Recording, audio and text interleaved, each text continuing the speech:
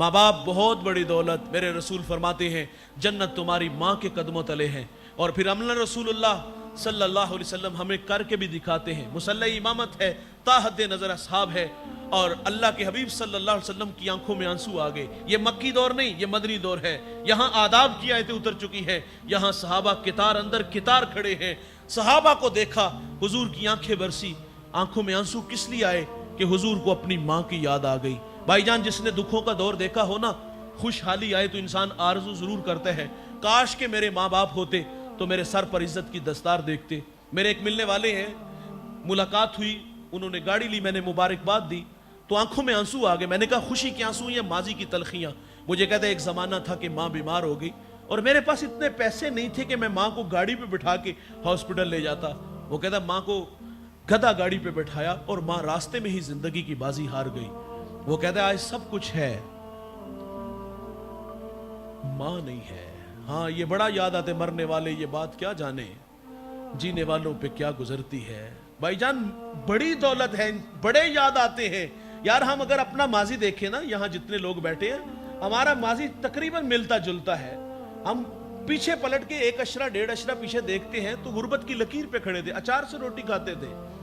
हम तो लस्सी में नमक मिर्च वो डाल करके भिगो करके उससे रोटी खा लिया करते थे। एक वक्त का होता था, एक वक्त का होता नहीं था। आज दस्तरखान पे अनवाउ अकसाम के खाने फल हैं। इंसान आरजू नहीं करता काश के माँ बाप होते तो ये बहार भी देखते।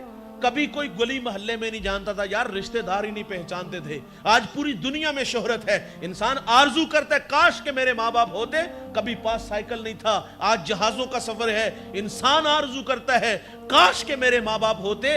माँ बाप दौलत बड़ी है। हुजूर मुसल्ले पे खड़े हैं, माँ की याद आई। मेरे नबी की माँ कब बिछड़ी? जब नबी रहमत सल्लल्लाहु अलैहि वसल्लम की उम्र 6 साल थी। आप अब्वा नामी एक गुमनाम बस्ती थी, अब वो गुमनाम नहीं क्योंकि उसको निस्बत रसूलुल्लाह सल्लल्लाहु अलैहि वसल्लम की वालिदा के साथ है। आप अव्वा आकर के ठहर जाती हैं, बुखार ने घेर लिया और आप जान गई कि ये बुखार मेरी जान ले लेगा।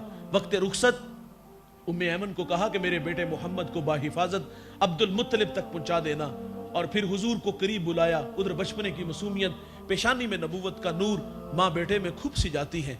दो एक बातें की और फिर हमेशा के लिए पहाड़ों में सो गई। फरमाती बेटा कुल्लु हय्यिन मय्यितुन कुल्लु जदीदिन बालिन कुल्लु कबीरिन यफना व आना मैततुन व ज़िक्र बाकिन व वलदतु तोहरा। फरमाया बेटा हर नई चीज ने पुराना हो जाना है, हर बाकी ने फना हो जाना है। फरमाया बेटा मैं भी जा रही हूँ लेकिन सुनो मेरा जिक्र बाकी रहेगा।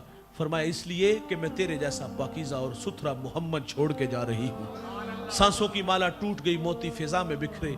माँ से लिपटे लिपट के रोए, नन्हे नन्हे हाथों से काले पत्थरों की कब्र बनाई, आंसुओं का छिड़काव किया। जहां तक माँ नजर आती रही, मेरे नबी पलट पलट के उन काले पत्थरों वाली कब्र को देखते हैं। मैंने सैयद आमिना के मज़ार की 2 दफा ज़ियारत की है। ये मदीना से तकरीबन 350 किलोमीटर की मसाफत है। मुकाम बदर से 85, मस्तूरा से 25 किलोमीटर के फासले पर है। पहली दफ़ा हाजिर हुए, मेरे साथ कुछ उलमा थे। हम जब सैयदा के कदमों में जा खड़े हुए और जब वहाँ से वापस आने लगे तो मैंने कहा कि आज हम भी यहाँ माजी से रुखसत, जिस तरह हुजूर माँ से बिछड़े थे पलट पलट के देखते थे, आज हम भी यहाँ से पलट के देखेंगे।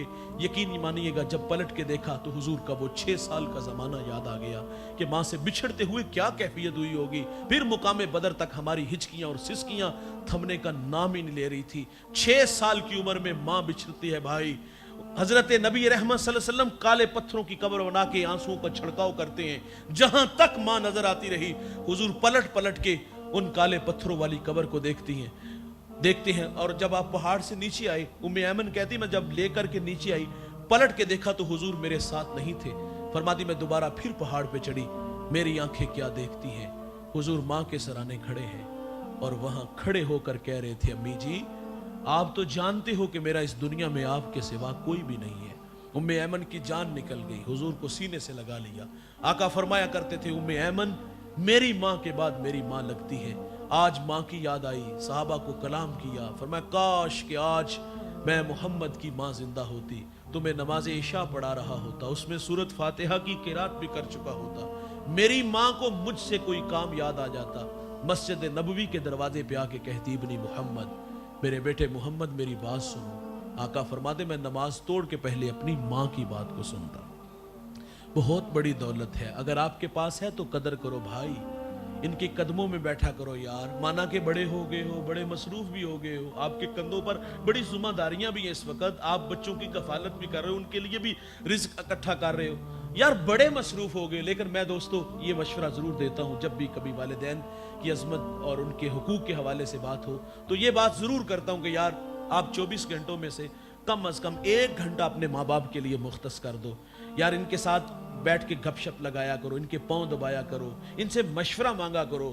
پڑھے لکھے آپ زیادہ ہو سکتے ہیں لیکن تجربات آپ سے زیادہ یہ رکھتے ہیں. ان کے پاس بیٹھو گے تو زندگی کے گر اور سلیقے نصیب ہوں گے. ان کے لیے تحائف لایا کرو, کبھی کپڑے لے آئے, کبھی باہر گھمانے لے گئے, کبھی پرانے دوستوں سے ملانے لے گئے. ماں باپ مرتے اس وقت ہے جب اولاد توجہ نہیں دیتی, اولاد ٹائم نہیں دیتی. ہمارا ماں باپ سے رابطہ کتنا رہ جاتا ہے, گزرتے اگر والدہ ملی تو دور سے سلام کر لیا اور حجرے میں چلے گئے اور کنڈی لگا کے اندر. یہ کوئی کہانی ہے یار. کم از کم 1 گھنٹہ روزانہ کا اپنے ماں باپ کے ساتھ گزارنا شروع کر دو. یقین جانو یہ نہیں مریں گے, یہ مرتے اس وقت ہے جب اولاد توجہ نہیں دیتی. ہمیں بعض کا دھوکہ لگتا ہے, ہم سمجھتے ہیں ہم ماں باپ کی خدمت کرتے ہیں, ہفتہ 15 دن بعد 1000 1500 2000 شاید اس لیے ہماری راہوں میں کھڑے ہوتے ہیں. ان کو آپ کے پیسوں کی ضرورت نہیں ہوتی, زندگی میں بڑا پیسہ کمایا ہوتا ہے اور وہ کما کے آپ پہ خرچ کیا ہوتا ہے. انہیں آپ کے پیسوں کی نہیں ضرورت یار, انہیں آپ کی ضرورت ہے. ان کی آرزو ہوتی ہے ہم نے 40 سال ان کی خاطر محنت کی ہے اور اب یہ ہمارے پاس بیٹھا کرے. لیکن ہوتا کیا ہے کہ بھائی والدین پھر اولاد اور ماں باپ کے درمیان اتنے فاصلے بڑھ جاتے ہیں کہ پھر کبھی کبھی ملاقات اور کبھی کبھی اگر ہو بھی تو پھر جھگڑے کے علاوہ کچھ بھی نہیں ہوتا. تو ماں باپ کی قدر کرو یار, یہ بہت بڑی دولت ہے. آخری 1-2 بات گفتگو سمیٹ لیتا ہوں. میں نے آپ کو اتنی ساری باتیں سنائی, دل میں شوق اور جذبے پیدا ہوئے کہ یار کاش ہوتے تو آج ان کے قدموں میں بیٹھتے. کسی نے واصف علی واصف سے کہا ماں باپ نہ ہو تو ان کے ساتھ بندہ حسن سلوک کرنا چاہے, کوئی عمل وظیفہ ہے؟ تو فرمایا ہاں ہے. کہا والدین نہ ہو پیچھے جو اولاد چھوڑ جاتے, فرمایا ان کے ساتھ حسن سلوک کیا کرو. میں یہاں توجہ دلاؤں گا, اس مجمع میں اگر کوئی بھائی امیر ہے, کچھ بھائی غریب بھی ہوں گے, کچھ امیر ہوں گے. کتنا اچھا ہے یار امیر بھائی اپنے غریب بھائی کی کفالت لے لے. لیکن ہمارے سماج میں ایسا نہیں ہوتا. امیر بھائی کے دسترخوان پہ انواع و اقسام کے کھانے پھل ہوتے, باقی بچ جانے والے کتوں کے آگے ڈال دیے جاتے, روڑی پہ پھینک دیتے ہیں. لیکن دیوار کے متصل غریب بھائی کے بچے بھوک کی وجہ سے بلکتے ہیں, لیکن اس کو اتنی توفیق نہیں ہوتی کہ اس کی خدمت کرے. میں توجہ دلاؤں گا بھائی, اس مجمع میں کچھ بھائی امیر ہوں گے اور کچھ بھائیوں کی بہنیں غریب ہوں گی. کتنا اچھا ہے یار امیر بھائی اپنی غریب بہن کی کفالت لے لے. تو ماں باپ راضی ہوں گے اگر آپ اپنے بہن بھائیوں کے ساتھ حسن سلوک سے پیش آؤ گے. اللہ تعالیٰ سے دعا ہے اللہ ہمیں ماں باپ کی قدر زندگی میں کرنے کی توفیق عطا فرمائے. عزیزم کے والدین کی اللہ کامل مغفرت فرمائے. جو کہا سنا اللہ تعالیٰ ہم سب کو عمل کے جذبوں سے مالا مال فرمائے. وآخر دعوانا